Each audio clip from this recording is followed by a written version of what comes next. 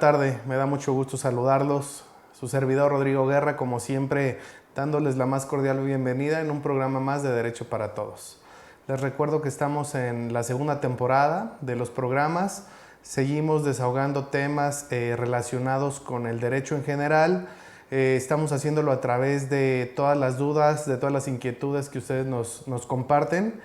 Y pues por supuesto que les recordamos que la finalidad del programa es eso, disipar cualquier inquietud, cualquier duda, cualquier comentario, hacer del derecho una cuestión completamente práctica, accesible para todos y pues bueno, esa es la finalidad que tenemos en el programa.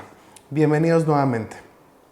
Antes de iniciar les quiero recordar e invitarlos a que nos sigan a través de las redes sociales, Instagram, Facebook, Spotify, YouTube, próximamente TikTok. Nos encuentran por ahí, vamos a dar muchos tips, seguiremos resolviendo cualquier incógnita, cualquier conflicto, por supuesto que nos reiteramos a sus órdenes. Y pues bueno, sin más preámbulo, me gustaría iniciar el tema del día de hoy. Hoy vamos a platicar sobre algo que pudiera parecer muy básico, pero es realmente importante, sumamente interesante en la materia civil. ¿A qué me refiero? Me refiero a lo relativo al hecho y acto jurídico, así como a los contratos y los convenios. Tal como lo acabo de mencionar, estas figuras se regulan en la materia civil del derecho. Hechos jurídicos, actos jurídicos, convenios y contratos. Unos nos van a llevar al desarrollo de otros. Lo primero que necesitamos tomar en consideración y analizar es precisamente tanto el hecho como el acto jurídico. Bien. El hecho jurídico es cualquier situación, cualquier acontecimiento natural que tenga como consecuencias la creación de una cuestión jurídica. Esto puede parecer un tanto técnico y es por eso que me voy a permitir a explicarlo de una manera mucho más sencilla. Cualquier situación natural, cualquier acontecimiento inminentemente natural que tenga como consecuencia la generación de un acto de derecho, de una cuestión jurídica, se denomina un hecho jurídico. Es decir, las situaciones de la naturaleza, las situaciones físicas, las situaciones involuntarias, toda aquella situación, todo aquel acontecimiento en el que el hombre no actúe de manera directa, de manera voluntaria, pero que genere alguna consecuencia de derecho, es denominada como un hecho jurídico. Bien. Tal como lo mencionaba, entonces, los hechos jurídicos son aquellas cuestiones inminente y completamente naturales que tienen como consecuencia la creación, modificación, transferencia e incluso la extinción de una cuestión de derecho. Me gustaría compartirles varios ejemplos para que todavía quede mucho más claro. El nacimiento. El nacimiento de una persona es una cuestión completamente natural. El nacimiento como tal no se regula en el mundo del derecho. Lo que está regulado es la consecuencia del nacimiento. ¿Cuáles pueden ser algunas consecuencias del nacimiento o derivadas del nacimiento? Podemos hablar de la filiación, podemos hablar del parentesco, lo que significa el poder relacionar la ascendencia de esa persona recién nacida. Podemos hablar de los derechos a favor del recién nacido, podemos hablar de los derechos de los padres, etc. Si se dan cuenta, el nacimiento es un hecho jurídico, pero este hecho va a generar consecuencias de derecho. El hecho jurídico crea, modifica, transfiere o extingue consecuencias de derecho. En el caso que estamos dando, precisamente esas consecuencias son particularmente la filiación, el parentesco, patria potestad, entre otros. Así como tenemos el ejemplo del nacimiento respecto a los hechos jurídicos, también tenemos la muerte. Podemos considerar que la muerte es otro hecho jurídico. ¿Por qué es un hecho jurídico la muerte? Pues bien, la muerte como tal, de la misma manera, no se encuentra regulada en el mundo del derecho, no es una cuestión jurídica, sino que es una cuestión natural, de ahí que se considere como un hecho, pero la muerte sí genera consecuencias de derecho. La muerte sí genera la creación, transferencia, modificación o incluso extinción de derechos y obligaciones. ¿Qué pasa cuando una persona muere? Cuando una persona muere, sus herederos, sus legatarios, van a poder adquirir los bienes de la persona fallecida. Ese es un caso en el que se crean derechos, surgen derechos. La voluntad de la persona que falleció se ve plasmada en un testamento. Es otro tipo de consecuencia jurídica. Esto entonces nos hace llegar a que los hechos jurídicos deben ser regulados en el mundo del derecho, pero no en sí el propio hecho. Lo que se regula es la consecuencia del hecho. Un tercer ejemplo de hechos jurídicos puede ser un terremoto. El terremoto puede ocasionar daños, puede ocasionar pérdidas materiales. Esos daños, esas pérdidas, sí están reguladas en el mundo del derecho. Puede ser derecho civil, puede ser derecho mercantil, puede ser derecho administrativo, pueden ser cuestiones relacionadas con seguros y fianzas, etc. Entonces, como tal, cualquier situación que se considere un acto inminentemente natural es precisamente un hecho jurídico. Completamente relacionados con los hechos jurídicos se encuentran los actos jurídicos. ¿Qué es un acto jurídico? Un acto jurídico es cualquier situación, cualquier acontecimiento en el cual se participa de manera directa, el ser humano, el sujeto participa de manera directa, tiene la voluntad de generar una conducta, de generar una actividad, es por eso que se denomina un acto, y tiene la intención de crear, modificar, extinguir o transferir derechos y obligaciones. Esto significa, en otras palabras, que en los actos jurídicos sí está la voluntad de la persona, sí está la voluntad del hombre, la voluntad del ser humano. ¿Cuál es la voluntad? El deseo de generar precisamente una consecuencia de derecho, que puede ser tanto el derecho como la obligación. Los actos jurídicos entonces tienen como intención, tienen como finalidad el que surjan cuestiones jurídicas. Pero la diferencia entre el acto jurídico y el hecho jurídico es que en el hecho jurídico no interviene la voluntad del hombre, son cuestiones completamente naturales, mientras que en el acto jurídico sí interviene la voluntad del hombre, son actos generados, actos intencionales con la búsqueda de crear, transferir, modificar o extinguir derechos y obligaciones. En el mundo del derecho civil es sumamente importante tener clara la diferencia entre un hecho y un acto jurídico. ¿Por qué? Porque si bien tanto los hechos como actos jurídicos tienen consecuencias de derecho, no en todos los casos se puede acreditar la voluntad, la intención del ser humano en llevar a cabo estos actos, o en su caso los hechos. Los hechos, como ya lo mencionamos, al ser cuestiones completamente naturales, no se advierte y no se toma como elemento intrínseco la voluntad del ser humano. No la hay. En los hechos jurídicos no hay voluntad del ser humano, pero en el acto jurídico sí. Es por eso que en los actos jurídicos se advierten derechos y obligaciones derivados de la propia voluntad del ser humano. Lo vamos a ver más adelante cuando abordemos el tema de convenios y contratos. Pero en síntesis, lo que vale la pena resaltar de estos dos temas, de estas dos figuras jurídicas, repito, eminentemente civiles, es que si bien los hechos son cuestiones naturales y los actos son cuestiones generadas, son cuestiones intencionales, si lo podemos plantear de esa manera, en los dos se van a generar consecuencias de derecho. No hemos dado ejemplos de los actos jurídicos, pero acto jurídico es cualquier conducta, cualquier situación generada por el ser humano cuya búsqueda sea la creación de derechos y obligaciones. Un contrato, un acuerdo, un convenio, un pacto, todo esto ya tiene intrínseca la voluntad del ser humano. Al existir la voluntad del ser humano, entonces, es considerado como un acto jurídico. Y los actos jurídicos sí generan y también generan derechos y obligaciones, al igual que los hechos jurídicos. Sin embargo, la diferencia es que entre el hecho y el acto jurídico, las consecuencias surgen de manera natural o de manera intencional. La intencional precisamente es en los actos jurídicos. Entonces, los mejores ejemplos o los más claros ejemplos sobre lo que son los actos jurídicos son precisamente los convenios y los contratos. Sin embargo, tal como lo he mencionado ya, para poder comprender la figura del convenio y la figura del contrato, debemos partir de que tanto el convenio como el contrato, por ser actos jurídicos, traen la intrínseca voluntad del ser humano en generar consecuencias de derecho. Recuerden también que cada que nos referimos a generar consecuencias de derecho puede ser crear, transferir, modificar o extinguir derechos y en su caso obligaciones. Esas son en sí las consecuencias de derecho.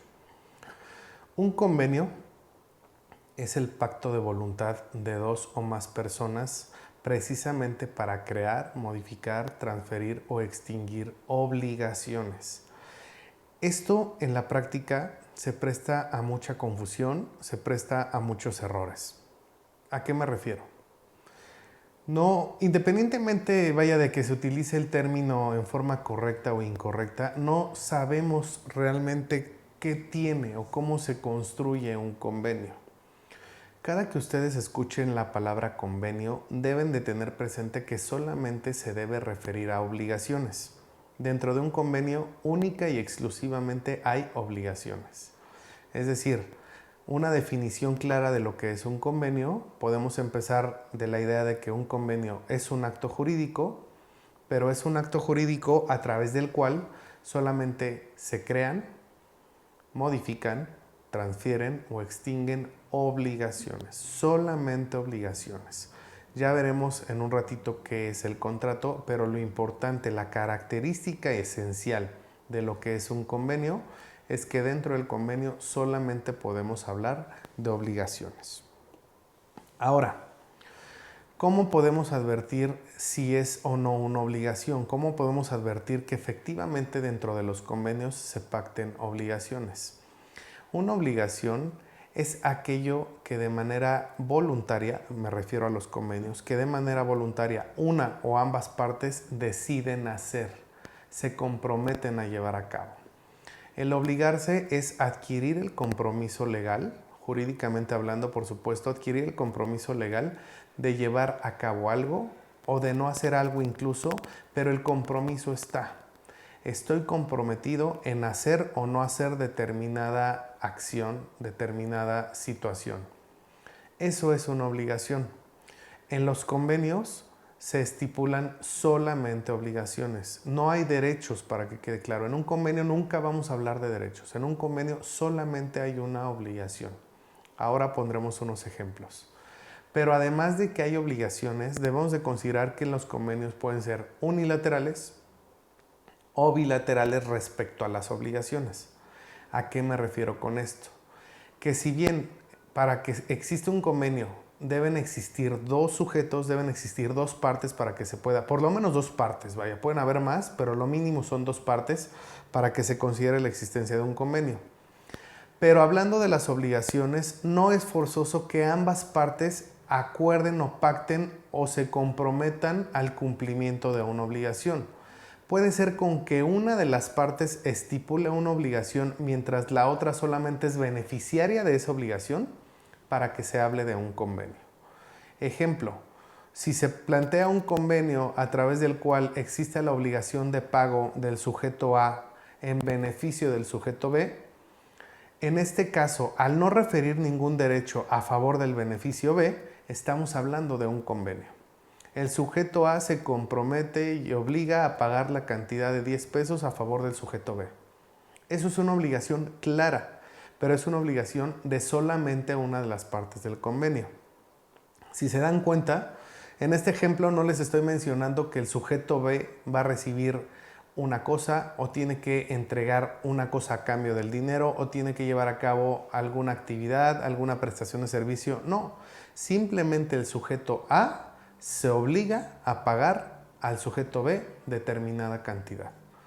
Este es un ejemplo y creo que es un buen ejemplo respecto a lo que es una obligación. En el caso entonces, los convenios solamente van a referirse a obligaciones. Les planteo otro convenio y ahora voy a una cuestión familiar que es algo que se da mucho.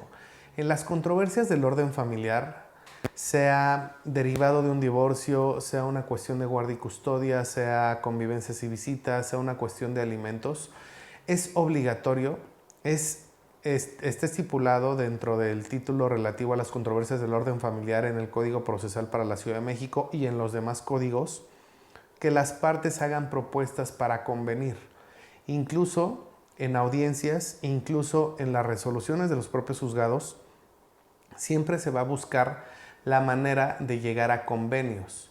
En el entendido entonces de que si estamos escuchando la palabra convenio, es estipular obligaciones de una o de ambas partes, pero son eminente y forzosamente obligaciones.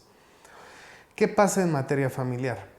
En materia familiar, si estamos hablando de una cuestión de alimentos a favor de los hijos, a favor de los descendientes, las partes tienen que hacer una propuesta de convenio, lo que significa que cada uno de los involucrados en la controversia de alimentos de sus hijos tiene pleno derecho y libertad de hacer un planteamiento, una propuesta en sí de cómo resolver esa controversia sin tener que llegar a la sentencia. Aquí se dan mucho los convenios. Empezamos por las propuestas de convenios, es decir, una de las partes hace una propuesta de convenio, la otra parte tiene derecho de revisarla y de llevar a cabo una contrapropuesta de convenio, pero si nos basamos en el término específico de los convenios, estamos hablando específicamente de obligaciones, lo que significa que en esos acuerdos se van a establecer obligaciones de una, insisto, o de ambas partes. Ejemplo, un convenio en materia familiar por cuestiones relacionadas con alimentos puede ser que el padre se obligue a proporcionar la cantidad de 1,000 pesos semanales por concepto de alimentos a favor de sus hijos. Por su parte, la madre se obliga a cubrir los gastos por concepto de educación de sus hijos. Dense cuenta cómo en este caso ambas partes están planteando una obligación. ¿Es válido? Sí, por supuesto que es válido. Pero de la misma manera también sería válido el que solamente una de las partes plantee obligaciones dentro de este convenio. El ejemplo es entonces que el padre se obligue a pagar una pensión semanal de 1,000 pesos más todos los gastos por concepto de educación de sus hijos. Él está planteando el convenio, pero dentro de este convenio solamente hay obligaciones de una de las partes. Es un convenio en el cual las obligaciones se consideran unilaterales, solamente las obligaciones. Quiero recordarles, y también es de suma importancia tener presente que no podemos hablar ni de convenios ni de contratos si no existen por lo menos dos partes. Es obligatoria la existencia de por lo menos dos partes en la celebración tanto de un convenio como de un contrato, pero no lo es así en los actos jurídicos. Hay actos jurídicos, y me estoy regresando para dar una mejor explicación, hay actos jurídicos que sí son unilaterales. Los actos jurídicos, por ejemplo, el que yo decida estipular mi testamento a través de un notario público es un acto jurídico. ¿Por qué? Porque estoy llevando a cabo con plena intención y búsqueda de crear consecuencias de derecho el acudir ante una autoridad, ante un fedatario público, mejor dicho, que en este caso es el notario, a dejar en clara cuál va a ser mi voluntad para después de mi muerte. Dense cuenta cómo en este acto jurídico no interviene nadie más que el interesado. Entonces, los actos jurídicos sí pueden ser solamente relacionados con una persona, pero tanto los convenios como los contratos, en estos sí es requisito indispensable el que existan dos o más personas para la celebración de los mismos. Bien, regresando al tema de los convenios entonces, dejar completamente en claro que lo importante, lo trascendental de cualquier convenio es que dentro de los convenios solamente se estipulan obligaciones. ¿Qué pasa en aquellos casos en los que surgen derechos, se crean derechos y también surgen, se crean, modifican, transfieren o extinguen obligaciones? Si estamos hablando de derechos y obligaciones, ya estamos en los casos de los contratos. Hablar de un contrato y tener en clara la diferencia de lo que es un contrato es particularmente que en el contrato, lo repito, se crean, transfieren, modifican o extinguen derechos y obligaciones. Entonces, convenios solamente son relativos a obligaciones, pero en los contratos sí hay derechos y hay obligaciones. ¿Por qué hay derechos y por qué hay obligaciones? Pues bien, es la primera forma de diferenciar y de comprender qué es un convenio frente a un contrato. Pero también algo completamente trascendental es que particularmente dentro de los contratos, ya se generan y se reconocen todo tipo de derechos entre las partes. Es decir, no solamente se van a plantear obligaciones, sino que también se van a plantear derechos. Pero lo que para mí sea un derecho, para la contraparte se convierte en una obligación. Y viceversa, lo que para él sea un derecho, para mí será una obligación. Esto en el mundo del derecho, para todos aquellos que estudiamos derecho, nos lo hicieron saber desde el momento en el que nos plantearon que todo derecho tiene una obligación y en sentido contrario, toda obligación genera un derecho. Por supuesto que es cierto, por supuesto que se da así, se lleva a cabo de esta manera, pero repito, no siempre se pactan derechos, no siempre surgen derechos. ¿Surgen consecuencias? Sí, pero no en todos los casos esas consecuencias son derechos. Las consecuencias pueden ser obligaciones. Me refiero precisamente al caso de los convenios. Ahora bien, un contrato, como ya lo mencionamos, es el pacto de voluntades entre dos o más personas, es el acuerdo, es la voluntad de dos o más sujetos, que pueden ser personas físicas, que pueden ser personas morales, a través de las cuales se van a establecer, se van a reconocer derechos y obligaciones. Hablar de derechos y obligaciones entonces significa que ya cada una de las partes no solamente va a quedar comprometido a cumplir con algo, a acatar algo, sino que también va a adquirir un beneficio. No forzosamente económico, no todos los beneficios son económicos. Los beneficios pueden ser personales, pueden ser de un servicio, pueden ser sí de una cosa, por supuesto, y pueden ser también de dinero. Pero no se refiere a que los derechos que una persona adquiere a través de un contrato sean eminentemente económicos. No, no lo es así. Y para eso podemos poner varios ejemplos. Pero quiero empezar de lo más sencillo. Muchas veces se tiene la duda sobre si en algún momento hemos celebrado o no un contrato. ¿Por qué es tan importante hablar de los contratos? Porque si nos vamos al análisis de nuestro día a día desde un aspecto jurídico, a diario celebramos contratos, a diario hay contratos, aun cuando no lo tengamos claro o aun cuando no lo concibamos de esta manera, todos los días celebramos contratos. Contratos de compraventa, contratos de prestación de servicios, pueden ser contratos de arrendamiento y ahorita les voy a decir el por qué. Les aseguro que a diario celebramos contratos de arrendamiento, entre otros. Resulta que los contratos entonces, al girar en todas nuestras actividades del día a día, son aquellos actos que sí están regulados por la ley, aunque, insisto, no los concibamos de esa manera, pero generan una consecuencia, generan un derecho y generan una obligación. Podemos irnos a lo más básico como abordar el transporte público. Por el simple hecho de abordar el transporte público se está generando una relación en la que hay derechos y obligaciones. Esa es una prestación de servicios. El contrato regula y existe un tipo de contrato denominado como contrato de prestación de servicios.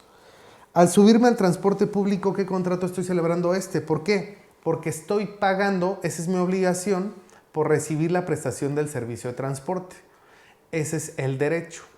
Pero a su vez, el transporte está recibiendo un pago, que es su derecho, a cambio de otorgarme el transporte público en sí, a cambio de trasladarme a un lugar determinado, a una estación, a una ubicación específica. Vean cómo en este ejemplo estamos hablando ya de derechos y obligaciones. Yo cumplo con una obligación, pero esa obligación me va a generar un derecho. Y en sentido contrario, al de enfrente, al sujeto contrario con el que yo lleve a cabo este pacto de voluntades, este acuerdo, lo que para él sea una obligación, le va a generar un derecho. Otro ejemplo que a diario llevamos a cabo, otro ejemplo de contrato particularmente hablando, puede ser el comprar gasolina, es compraventa. El acudir a una gasolinería y comprar gasolina, estamos celebrando un contrato de compraventa. El comprar algo en la tienda, el comprar algún alimento, el rentar una bicicleta, el rentar una motocicleta, el rentar un vehículo, el subirnos a un avión, etcétera, el acudir a la escuela. Todo gira alrededor de los contratos. Los contratos entonces son esenciales en el mundo del derecho. Los contratos tienen consecuencias civiles de gran trascendencia y es por eso que resulta sumamente importante el concebir las consecuencias, el conocer las consecuencias de lo que son los contratos. Como en cada contrato existen derechos y obligaciones, los contratos se van a clasificar de un sinfín de maneras. Pero antes de platicar sobre la clasificación de los contratos, creo que es importante hablar sobre cuáles son los principales elementos de un contrato. Me regresaré un poco solamente para dejar algunas ideas completamente claras. Primero, en el convenio hablamos solamente de obligaciones. En el contrato hablamos de derechos y obligaciones. Dentro de los contratos deben existir elementos indispensables, también conocidos como elementos de existencia.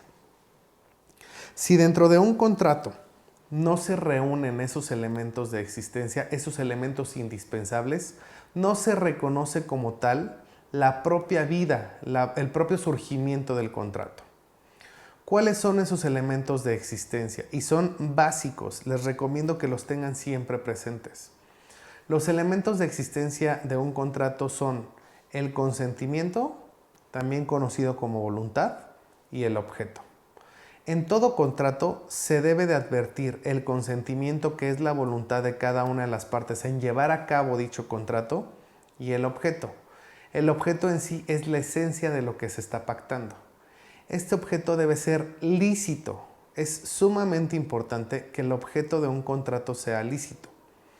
Si el objeto del contrato no es lícito, entonces el contrato no existe. Eso lo marca la legislación civil, tanto local como federal. Es obligatorio que exista la voluntad, pero también que exista el objeto. Al mismo tiempo que se plantea tanto la voluntad, también conocida como consentimiento, y el objeto, entre estas debe de analizarse los elementos subjetivos de cada una de dichas figuras. ¿A qué me refiero? El consentimiento debe ser libre, no importa si es tácito o expreso, que ahora lo platico, pero el consentimiento debe ser completamente propio. Nadie nos debe obligar a plantear o a manifestar nuestra voluntad. Si está viciada la voluntad, el contrato tampoco se reconoce como existente. Si yo manifesté mi voluntad, si yo di mi consentimiento, simple y sencillamente porque estaba amenazado, estaba presionado, estaba obligado y así lo acredito, ese contrato no va a ser existente, no va a ser reconocido. Pero también algo similar pasa con el objeto. Tal como se los dije, si dentro del objeto se advierte que el objeto del contrato es completamente ilícito, el contrato no va a surtir efectos por no ser existente, por no ser considerado como un contrato existente. Quiero poner un ejemplo que probablemente sea completamente burdo, pero así de claro creo que debemos de desarrollar los temas. Y recordándoles precisamente que la finalidad del programa es esa, es hacer del derecho una cuestión completamente práctica, pero también accesible para todos y cada uno de ustedes. Podremos pactar un contrato, es decir, un pacto de voluntades que surjan derechos y obligaciones respecto a la compra de un órgano del ser humano. ¿Un órgano del ser humano? Por supuesto que no. ¿Por qué no se puede pactar la compra de un órgano del ser humano? Porque está prohibido. La ley prohíbe precisamente la compraventa de órganos. Está completamente prohibido. Lo que sí se puede hacer es una donación de un órgano del cuerpo, de un órgano del ser humano. Pero no se puede comercializar el ser humano en ese sentido. No podemos comercializar un pulmón, un corazón, un riñón, el hígado, una córnea, etc. Eso está completamente prohibido. No se permite llevar a cabo un contrato de compraventa de un órgano. pero sí se lleva a cabo, sí es válido completamente la donación de un órgano. No estoy comercializando, sino que es mi voluntad donar, es decir, ceder sin pago alguno a favor de otra persona un órgano. Eso sí está completamente permitido. Así como puedo donar órganos, puedo donar bienes. Bienes muebles, bienes inmuebles. Pero los bienes muebles y bienes inmuebles también se pueden comprar o vender. El tipo de contrato, en este caso de compraventa de bienes muebles o bienes inmuebles, sí es completamente válido. Estos ejemplos que acabo de mencionar, considero que vale mucho la pena tenerlos presentes porque, como ya lo platiqué, muchas veces se nos presentan casos en los que nos plantean un contrato y si no tenemos claro a qué nos estamos comprometiendo, qué derechos o qué supuestos derechos vamos a adquirir y es una completa mentira, es una farsa, pues vamos a poder perder nuestro patrimonio. Hay un caso muy conocido en nuestro país en los años 60 y 70 en los que a un exboxeador le vendieron 2 veces el Popocatépetl. Puede darnos risa, puede ser algo curioso, sí, pero a ese grado puede llegar nuestro desconocimiento.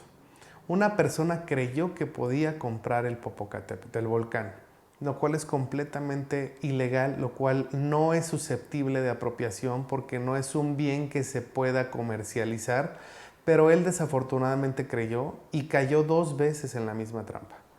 Muchas veces celebramos este tipo de contratos. Nos pueden ofrecer adquirir derechos o generar derechos a nuestro favor, pero si no tenemos plena claridad de que el objeto sea lícito, entonces no lo vamos a poder llevar a cabo. No podemos celebrar contratos entonces en los que estemos amenazados, presionados o obligados. A eso se le conoce como ausencia o vicios del consentimiento. En los casos en los que hay ausencia y vicios en el consentimiento, significa que ese consentimiento no es puro, que ese consentimiento no es natural. Y por el simple hecho de no ser un consentimiento natural, el contrato deja de tener efectos. Entonces, para que un contrato sea válido, les recomiendo que siempre analicen cuáles son los derechos y obligaciones tanto de una parte como de la otra. No forzosamente deben ser derechos y obligaciones recíprocos, no significa que tengan que ser iguales, porque ustedes lo van a decidir. Ustedes van a decidir qué derechos surgen, qué obligaciones surgen, tanto para ustedes como para el de enfrente. Y es por eso entonces que en esta ocasión consideramos que valía mucho la pena platicar de los contratos y platicar de los convenios en el entendido de que muchos, absolutamente muchos, no puedo decir todos, pero muchos de los conflictos de derecho que nos toca atender en el despacho, muchas cuestiones que se convierten en una controversia legal de las que atendemos son derivadas de contratos, son derivadas de convenios. Hay incumplimientos de convenios, hay incumplimientos de contratos que dan motivos a requerir el cumplimiento, que dan motivo a plantear la rescisión de los mismos y esto va a generar cargas no solo procesales, sino también económicas, patrimoniales para todos los que intervienen en este tipo de actos. Ya por último les quiero compartir un principio que civilmente todos los que estudiamos Derecho lo conocemos, pero es un principio que se denomina pacta sunt servanda. ¿Qué es la pacta sunt servanda? La pacta sunt servanda se refiere a que las partes se obligan a aquello que acordaron. Es un principio muy conocido en los contratos, es un principio que debe velar y debe estar siempre implícito en los contratos, pero también los contrayentes, es decir, los que celebramos los contratos, debemos estar completamente conscientes de ello. La pacta sunt servanda es precisamente la cláusula, es el pacto de cumplir con aquello que estamos aterrizando en un contrato. Todo lo que se haya aceptado en un contrato a través de la firma o a través de algún otro tipo de acto, como puede ser una cuestión tácita a través de la cual yo reconozca que estoy de acuerdo con el contrato, se va a convertir en una obligación. Es por eso entonces que los invito a que revisen muy bien todos los contratos que lleguen a sus manos y sobre todo todos aquellos contratos de los que ustedes forman parte. Tampoco está de más compartirles que no es requisito indispensable que los contratos sobren por escrito y ustedes los pueden ver al día. ¿Cuántos contratos al día no celebran y no son por escrito? el de la gasolina, el del desayuno, el del súper, el del transporte, etc. No es un requisito indispensable que los contratos sean por escrito, salvo en algunos casos. Si van a celebrar un contrato de compraventa de un bien inmueble, es decir, de un terreno, de una casa, de un edificio, de un departamento, los contratos, en ese caso en específico, sí es indispensable que sean contratos por escrito.